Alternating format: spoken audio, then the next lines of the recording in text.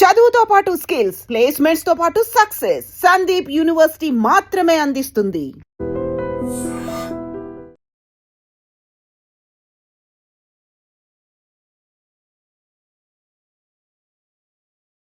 మీరు ఇంటర్వ్యూ స్టార్టింగ్‌లో ఒక మాట అన్నారు. ఎప్పుడు ఎలక్షన్స్ వచ్చినా నెక్స్ట్ కాబోయేది సీఎం కేసీఆర్ మాత్రమే అనేది. అంత కాన్ఫిడెన్స్ మీకెందుకుంది? ఇప్పుడు బయటికెళ్తే ప్రజలు బీఆర్ఎస్ వైపు ఇంకా చూడట్లేదు అనేది, ఎందుకంటే రీసెంట్‌గా జరిగినటువంటి 2 ఉప ఎన్నికలు గావచ్చు, ఆ తర్వాత వచ్చినటువంటి పంచాయతీ ఎన్నికలు గావచ్చు, లేటెస్ట్‌గా జరిగినటువంటి మున్సిపల్ ఎన్నికల్లో అక్కడ మెజారిటీ కాంగ్రెస్ వైపే కనిపించింది. 2 ఉప ఎన్నికలు కాంగ్రెసే గెలుచుకుంది కదా! ఉప ఎన్నికలు మా ఎన్నికలప్పుడు మా ప్రభుత్వం ఉన్నప్పుడు జరిగిన అన్ని ఉప ఎన్నికల్లో కూడా మేమే గెలిచినాం. రైట్. ఆనాడు మునుగోడు ఉప ఎన్నికైనా, నారాయణఖేడ్ ఉప ఎన్నికైనా, హుజూర్ నగర్ ఎన్నికైనా మెజార్టీ ఉప ఎన్నికలు మొత్తం కూడా మేమే గెలుచుకున్నాం. అయినంత మాత్రాన మరలా మేము గెలవాలని చెప్పేసి లేదు, అంతే కదా. ఆ ఉప ఎన్నికలు గెలుచుకున్నాం. ఆనాడు మున్సిపాలిటీలో 140లో 132 సీట్లు గెలుచుకున్నాం. మొన్న ఉన్నప్పుడు కూడా మొత్తం కూడా మా వాళ్ళే ఉన్నారు కదా.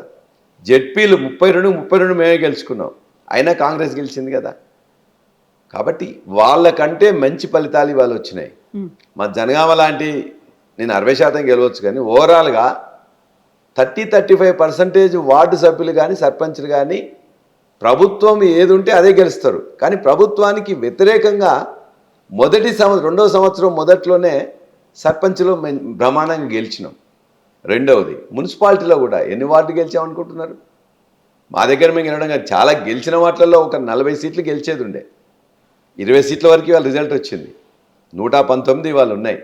119లో వాళ్ళకు 39% వేస్తే మాకు 30% వచ్చింది. ఓటింగ్ అనేది వాళ్ళకు వచ్చింది చాలా తక్కువ. ఆనాడు 2 మున్సిపాలిటీలో 3 మున్సిపాలిటీలో గెలిచింది కాంగ్రెస్ పార్టీ. 140లో 2, 3 గెలిచింది కదా. అయినా నెక్స్ట్ అసెంబ్లీలో గెలిచింది. మేము గెలిచింది ఇవాళ ఎంత? 20 గెలిచినాం. 20లో తొండిగా వాళ్ళు గెలిచిండ్రు. 40 మున్సిపాలిటీలో స్పష్టమైన మెజార్టీ మాదే. కాబట్టి మున్సిపాలిటీలో మాకు బాగా వచ్చింది. గ్రామ పంచాయతీ సర్పంచ్లలో 1/3 సీట్లు గెలిచినాం. ఇవాళ ఉప ఎన్నికలంటే మీకు తెలిసి ఏ విధంగా జరిగిందో, ఆ ఉప ఎన్నికలో ఏ విధంగా మొత్తం కూడా అన్ని మేము చేసినా అంతే చేసినాం, వాళ్ళు కూడా అంతే చేస్తారు. కాబట్టి అవన్నీ గీట్రాయి కాదు. ప్రజల్లో స్పష్టంగా అసలు ఇంత తక్కువ టైంలో 2 సంవత్సరాల్లోనే ఇన్ని సీట్లు గెలవడం అనేది ఏ రాజకీయ పార్టీ ఏ రాష్ట్రంలో కూడా గెలవలే. ఒకటే బీఆర్ఎస్ పార్టీ గెలిచింది. బీజేపీ మీద ఇంతకుముందు ఏదో 8 సీట్లు గెలిచింది అనుకున్నాం. బీజేపీ సర్పంచ్లో మొత్తం రౌట్ అయిపోయింది. మున్సిపాలిటీలో కూడా వాళ్ళు గెలుస్తా అనుకుని కూడా గెలవలేకపోయాను. కాంగ్రెస్ బీజేపీ గెలిచిన దగ్గర 3, 4 గెలిచింది తప్ప బీజేపీ ఒక నిజామాబాద్ ఒక కరీంనగర్ వాళ్ళు కలిసి చేసింది తప్ప ఇండివిజువల్గా బీజేపీ గెలిచిన స్థానమే లేదు. కాబట్టి ఈ రాజకీయాల ద్వారా 2 తెలిసినాయి. ఒకటి, ఇవాళ ఇక్కడ పోటీ కేసీఆర్ గారి బీఆర్ఎస్ పార్టీకి కాంగ్రెస్ పార్టీకి మాత్రమే ఒకటి. రెండవది, కాంగ్రెస్ పార్టీ చాలా ఫాస్ట్గా మొత్తం కూడా తన యొక్క ఓటింగ్ అనేది కోల్పోతున్నది. మాకు 16% వచ్చిన మున్సిపాలిటీలో పార్లమెంట్ నుంచి వెళ్ళి 32% కంటే డబుల్ పెరిగినట్టే కదా. 16% ఆ రోజు వస్తే 32% వచ్చింది. మరి 16 నుండి 32% వస్తే మేము పెరిగినామా లేకపోతే వాళ్ళు పెరిగినరా? కాబట్టి బీజేపీ 0 అయిపోయింది, కాంగ్రెస్ 50% పడిపోయింది. కాబట్టి ఇవాళ అవునన్నా కాదన్నా అన్ని వర్గాలు రైతులు మొత్తం కూడా ఏడుస్తున్నారండి. నీళ్లు రావు, కరెంటు 12 అవర్స్ 13 అవర్స్ ఉండదు. కనీసం పండు మంచిగా పండాలని చెప్పేసి అంటే దానికి సంబంధించిన యూరియా ఇవ్వరు. రైతు బంధు 3 సార్లు 3వసారి ఇప్పుడు ఎగబెట్టిండ్రు. దీనికోసం వాళ్ళందరూ కూడా మోసపోయింది. 10,000 ఇస్తా అంటే కేసీఆర్ 15,000 ఇస్తా అన్నాడు. కౌలు రైతులకు ఇస్తా అని చెప్పిండ్రు. వాళ్ళందరికీ ఈవెన్ కూలీలకు కూడా ఇస్తా అని చెప్పిండ్రు. బోనస్ మొత్తం ఓట్లకి ఇస్తా అని చెప్పేసి సన్న ఓట్లని 20% పండే సన్న ఓట్లకు పరిమితం చేసింది. కొన్న తర్వాత కూడా 2 నెలల దాకా ఇవ్వరు. ఆ బోనస్ లాస్ట్ ఇయర్ ఇప్పటిదాకా ఇవ్వలే. ఈ విధంగా వ్యవసాయ రంగం మొత్తం కూడా, ఇరిగేషన్ రంగం మొత్తం కూడా కుప్పకూలింది. అదేవిధంగా నువ్వు చెప్పిన అనేక స్కూటీలు ఇస్తానంటివి, 2,500 మహిళలకు ఇస్తానంటారు, 4,000 పింఛన్ వేస్తానంటారు, ఇంట్లో 2కి ఇస్తా అంటారు, ఒకటి కూడా ఇవ్వలే కదా. ఏదో అరకొర ఏదో బస్సు ఫ్రీ ఇచ్చిన అంటారు, మగవాళ్ళందరూ కూడా డబల్ చేసిండ్రు. కాబట్టి ప్రజలు తెలివైన వాళ్ళు. ఇవాళ కూల్చుడు దోచుకోవడం తప్ప ఈ ప్రభుత్వం దగ్గర ఏం లేదు. పేద ప్రజలది కూలుస్తున్నారు, పెద్ద పెద్ద వాళ్ళది కూల్చింది లేదు ఒక్కడు కూడా. పేద ప్రజలది కూలుస్తున్నారు, అది బాధాకరం. నువ్వు వెలుగుమట్లలో జరిగిందేంటి? 1000 మంది ఉంటే వాళ్ళందరినీ కూల్చి వాళ్ళు ఉన్నదాన్ని ఏదో కట్టుకున్నారు కదా, నువ్వు రోడ్లు వేస్తే అయిపోయేది కదా.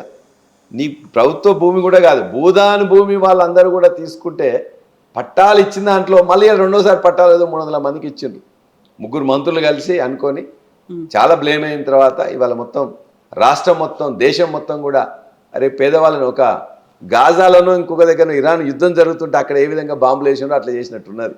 అది మనం చూస్తున్నట్టయితే ఆ ఏరియల్ విజువల్ చూస్తుంటే ఏ మీడియాని కూడా పోనీయలే. పోలీసుల యొక్క ప్రతాపం వాళ్ళని చూపించేసి అత్యంత పేదవాళ్ళు ఏమవుతుందండి ఇస్తే వాళ్ళకి, వాళ్ళ దగ్గర ఉన్నది కదా, వాళ్ళు ఏమున్నది, వాళ్ళు ఓ దగ్గర ఇల్లు ఉన్నోళ్ళ, ఇల్లు లేక కూలీ చేస్తూ ఉన్న వాళ్ళందరిది ఓ ఇది చిన్నది 60 గజాలు 70 గజాలు కట్టుకుంటే దాన్ని కూలగొట్టి నీ ప్రతాపమా? వాళ్ళ మీద నీ ప్రతాపం. ప్రభుత్వం ఎప్పుడు కూడా తల్లిలాగా తండ్రిలాగా ఉండాలి, లేని వాళ్ళ కోసం చేయాలి. ఉన్నవాడు ఎవడన్నా సంపాదించుకుని మంచిగా చేసుకుంటాడు, డబ్బున్నవాడు మాట్లాడగల శక్తివాడు కొట్లాడేవాడు ఎట్లా చేసుకుంటాడు. వాళ్ళ కోసం మనం ప్రభుత్వాలు రాజకీయ పార్టీలు చేయాల్సింది లేదు. ఎవరైతే మాట్లాడలేడో వాళ్ళ మాట రాజకీయ పార్టీ మాట్లాడాలి, ఎవడైతే కొట్లాడలేడో వాళ్ళ తరఫున కొట్లాడాలి, ఎవరైతే రాయలేడో వాళ్ళ తరఫున రాయగలిగేవాడే రాజకీయ నాయకుడు, రాజకీయ పార్టీ. కానీ నీ రాజకీయం అంతా ఏంటి? సంక్షేమం చేస్తా అని ప్రభుత్వ భూమే, ఆ ప్రభుత్వ భూమి వాళ్ళే కదా, ప్రజలే కదా. ప్రభుత్వం అంటే ప్రజలు కాదా? ఆ ప్రజలు తీసుకుంటున్న దాన్ని వాళ్ళని దాని మీద దాడి చేసి వాళ్ళందరినీ కూడా ఎల్లగొట్టాల్సిన అవసరం ఉన్నదా? 3 మంత్రులు ఉండి పెద్ద కోటీశ్వర్లు, వేలకు అధిపతులు, మాత్రం సెన్స్ ఉండి పేద ప్రజలు ఉన్నారని చెప్పేసి ఎవడు ఉన్నది వాడిని వెరిఫై చేసి నిజంగానే నువ్వు ఇవ్వదలుచుకుంటే ముందే చెప్పి అరే బాబు నువ్వు ఇల్లీగల్గా ఉన్నావు అని చెప్పేసి అంటే పోడావాడు. ఇల్లీగల్గానే ఉన్నాడు అనుకోండి, వాడికి ఇల్లు లేదనుకోండి, ఇవ్వరాదండి, ఏమవుతుంది? పేదవాడే కదా. ఎవడు వాడు అక్కడ పోయిన ఇంకో ఇల్లు ఉన్నవాడు కానీ ఇంకోటి ఉన్నాడు లేడు. 450 మందికి ఇచ్చింది కదా, ఇంకో 550 మంది ఉన్నారు అక్కడ, అంతే. కాబట్టి ప్రభుత్వం యొక్క ఆలోచన ఎట్లా ఉన్నది, పేద ప్రజల పట్ల వాళ్ళ తీరు ఎట్లా ఉందనేది ఈ సంఘటనలతోని ముసి రివర్ ఫ్రంట్లో జరిగే ఇవాళ దురాగతాలు కానీ లేకపోతే అక్కడ కానీ ప్రజలు గమనిస్తున్నారు. అందుకే వ్యవసాయ రంగంలో కానీ లేకపోతే పేద ప్రజల యొక్క వాళ్ళ వైఖరి కానీ ఇవన్నీ చూసిన తర్వాత వచ్చే ఎన్నిక ఎప్పుడు వస్తుందని చెప్పేసి తప్ప ఎన్నిక ఎప్పుడు వచ్చినా కూడా బీఆర్ఎస్ పార్టీ మెజార్టీ కాదు, థంపింగ్ మెజార్టీతో అన్ని సీట్లు కూడా గెలుచుకుంటారు. అయితే ఈ మధ్య కాలంలో ఎందుకని మళ్ళీ బీఆర్ఎస్ బీజేపీలో కలిసిపోతే దానికి సంబంధించి రాయబారాలు కూడా అవుతున్నాయి. ఇక కొద్ది కాలం మాత్రమే బీఆర్ఎస్గా ఉంటుంది, ఆ తర్వాత అంతా బీజేపీ వైపు వెళ్ళిపోతుంది అనేటువంటి వార్తలు ఎందుకు వస్తున్నాయి? ఒక 1 వీక్ బ్యాక్ కూడా చూసాను నేను అలా. సర్పంచ్ ఎన్నికల ముందు అదే చెప్పారు, అయిందా? కాలే. మున్సిపాలిటీ ఎన్నికల్లో కూడా చెప్పారు, అయిందా? కాలే. నిన్న రాజ్యసభ ఎన్నికల్లో కూడా చెప్పారు వాళ్ళకి 8 ఉన్నాయి, మీకు 37 ఉన్నాయి. ఒకవేళ మీ దాంట్లో చూసుకుంటే కూడా 27, 28 వస్తే ఆ 8తో కలిసి అయిపోతుంది, ఆల్రెడీ కలిసిపోతుందని చెప్పారు. అయిందా? ఈ ప్రచారం అనేది 2014 నుండి జరుగుతున్నది. 2014 నుండి ఇప్పటి వరకు బీఆర్ఎస్ బీజేపీ కలవలేదు. కాబట్టి కలవదనే ఆశాభావంతోనే ఉన్నాం. కలవదని చెప్పేసి నేను అనుకుంటున్నాను. ఏమంటారు ఇట్లాంటివన్నీ విపరీతమైనటువంటి ఆరోపణలు లేకుంటే ప్రచారాలు, ఇంత క్యాంపెయిన్ పెద్ద ఎత్తున జరుగుతుంటే కేసీఆర్ ఏమంటుంటారు? అసలు ఎప్పుడు బయటికి రారు, మాట్లాడరు, అసలు ఎదురు చూస్తున్నారు. వాటికి సమాధానం చెప్పకపోవడమే చాలా మంది చూస్తారు కదా. కేసీఆర్ గారు మౌనమే పెద్ద ఆన్సర్, అందరికీ ఆన్సర్. చాలాసార్లు కేసీఆర్ గారు ఎందుకు మాట్లాడలేదు, మాట్లాడితే ఇట్లా ఎందుకు మాట్లాడాడు, మాట్లాడకపోతే ఎందుకు మాట్లాడలేదు, ఉంటే అక్కడే ఎందుకు ఉంటున్నాడు, లేకపోతే ఇక్కడే ఎందుకు వస్తాడు. ఆయన నవ్వినా, మాట్లాడినా, నడిచినా, ఇక్కడ ఉన్న ప్రతిదీ కూడా ఇలా వార్తే. కాబట్టి ఆయన 2001 నుంచి వెళ్ళి ఇప్పటి వరకు ఆయన ఎట్లా ఉండాలో అట్లే ఉన్నాడు. ఎప్పుడు మాట్లాడాలో అప్పుడే మాట్లాడాడు, ఎప్పుడు ఎవరికి ఏం చెప్పాలో అదే చెప్తాడు. నేను చూసిన గత 12 సంవత్సరాల నుంచి వెళ్ళి అట్లే ఉన్నాడు, 2001 నుండి కూడా అట్లే ఉన్నాడు, భవిష్యత్తులో కూడా అట్లే ఉంటాడు. ఎప్పుడు లేటెస్ట్గా మీరు కలిసింది కేసీఆర్ని ఈ మధ్య కాలంలో? ఎలక్షన్ల తర్వాత కలిసినాం. ఓకే, ఎలక్షన్ తర్వాత కలిసినాం, మాట్లాడినాం, మొత్తం కూడా ఉంది అన్ని విషయాలు కూడా. ఎప్పటికి కూడా అవసరం ఉంటే వారు ఫోన్ చేస్తారు, మాట్లాడతారు. ఏమంటారు ఆయన? ఖచ్చితంగా ఉన్న విషయాలన్నీ కూడా వారికి కూడా తెలుస్తుంటాయి కాబట్టి, సోషల్ మీడియా కూడా రెగ్యులర్ చూస్తుంటారు కాబట్టి బ్రహ్మాండంగా ఉన్నది. మనం చేసిన దాన్ని ఇవాళ వాళ్ళు కోల్పోయింది వాళ్ళు ఖచ్చితంగా భావిస్తున్నారు. కేసీఆర్ ఉన్నప్పుడు ఏం మంచి జరిగింది, కేసీఆర్ యాబ్సెన్స్లో ఏం జరిగింది, ఏ విధంగా ఆశపడి మోసపోయినామని చెప్పేసి ప్రజలు భావిస్తున్నారు. వారి యొక్క చాలామంది మాట్లాడే మాటలు ఏవైతే ఉంటాయో పార్టీగా మేము మాట్లాడచ్చు, మేము కాదు, కార్యకర్తలుగా మాట్లాడచ్చు, అది కాదు. మామూలు వాళ్ళు ఒక రిటైర్డ్ ఎంప్లాయీ ఏం మాట్లాడుతుండు, ఒక ఎంప్లాయీ ఏం మాట్లాడుతుండు, ఒక రైతు ఏం మాట్లాడుతుండు, ఒక ముసలి అవ్వ ఏం మాట్లాడుతున్నారు, ఇవన్నీ సార్ బాగా గమనిస్తాడు. అవి మాట్లాడి చెప్తాడు, ఇగో మీ ఊర్లో ఇక్కడే వీళ్ళు ఈ విధంగా మాట్లాడినరు, అది రైట్ వాళ్ళ యొక్క ఎక్స్ప్రెషన్. కాబట్టి ఈ ప్రభుత్వానికి ఒక్క ఇల్లు కట్టలే 2 సంవత్సరాల నుంచి వెళ్ళి, 2 సంవత్సరాల నుంచి ఒక ఇల్లు కట్టలే. ఈ 2 సంవత్సరాల నుంచి వెళ్ళి అప్పులు చేసిండ్రు, అది చేసిండ్రు, ఇది చేసిండ్రు అని చెప్పేసి తప్పుడు మాటలు మాట్లాడుతూ ఇవాళ తప్పుకోవాలని చూస్తున్నది. వాళ్ళు ఇచ్చిన హామీలు ఏదైతే ఉన్నాయో 6 గ్యారంటీలు, 420 హామీలు, వాటిని చేయలేకుండా తప్పించుకోవడానికి అని చెప్పి అప్పులైనా అని చెప్పేసి తప్పుడు సమాచారం ఇస్తుంది. కాబట్టి ఆ తప్పుడు సమాచారం ఎన్ని రోజులు ఉంటుంది, 1 year, 2 years, 3 years. నువ్వు నాకు చేసినవా లేదా అని చెప్పేసి అడుగుతాడు వాడు. నువ్వు ఎట్లా చేస్తావు అని చెప్పేసి ఎన్ని రోజులు చెప్తారు, వాళ్ళ కార్యకర్తలు చెప్తారు అప్పయిందని. బట్ జనానికి అవన్నీ కాదు, అప్పయిందా తప్పైందా కాదు, నాకు నువ్వు అన్నది ఇచ్చినవా లేదా, అదే ఇంపార్టెంట్. నువ్వు ఇస్తే నమ్ముతాడు, ఇవ్వకపోతే నమ్మడు. ఇది వెరీ క్లియర్. వాళ్ళు ఏమి చేయలేరు, 2 సంవత్సరాల నుంచి వెళ్ళి ప్రజలకు ఇచ్చిన హామీలు ఒకటి కూడా నెరవేర్చలే. కాబట్టి ఇలా ప్రజల్లో తిరస్కార భావన ఉన్నది. ఏదో ఇక్కడ వాళ్ళు ఏదో 25 లక్షలు జరిగిన ఓట్లలో మున్సిపాలిటీలో ఉన్నట్లయితే వాళ్ళకు 15 లక్షలు వస్తే మాకు 10 లక్షలు వచ్చినాయి. కాబట్టి అది లేదు, మాది 16% నుంచి 37% అయింది. నీది ఎక్కడుందో నువ్వు ఎక్కడేసే గొంగలో అక్కడే ఉంది. సో ఇదే రిపీట్ అవుతుందా జెడ్పీటీసీ ఎంపీటీసీల్లో కూడా? ఖచ్చితంగా మొన్నటి కంటే గ్రామ పంచాయతీ ఎన్నికల కంటే మున్సిపాలిటీలో బ్రహ్మాండంగా వచ్చినాం.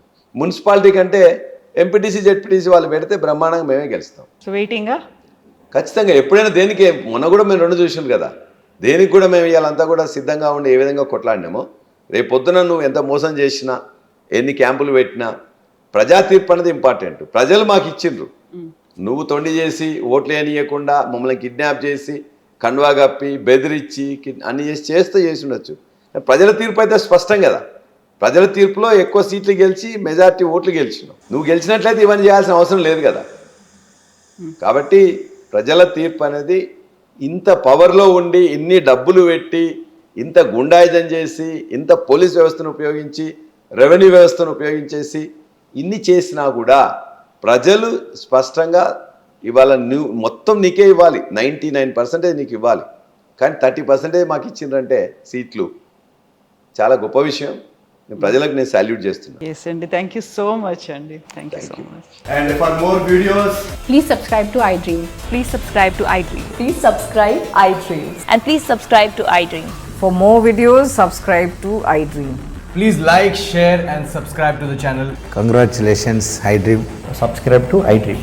Subscribe to iDream. So subscribe to iDream Media. iDream ki iDream team andarki huge congratulations. Please subscribe iDream Media. Please subscribe to iDream. Subscribe iDream. Please subscribe to iDream. iDream అంటే నా కళల ఛానల్ సబ్స్క్రైబ్ చేసుకున్న నోరు తిరుగుతలేదు, మీరైతే గంట గుర్తు కొట్టండి. For more such videos, please subscribe to iDream. Subscribe to iDream. Please subscribe to iDream. Please subscribe iDream Media. Please do subscribe to iDream. Please subscribe to iDream Media. For best entertainment and information, please subscribe iDream. And don't forget to subscribe to iDream.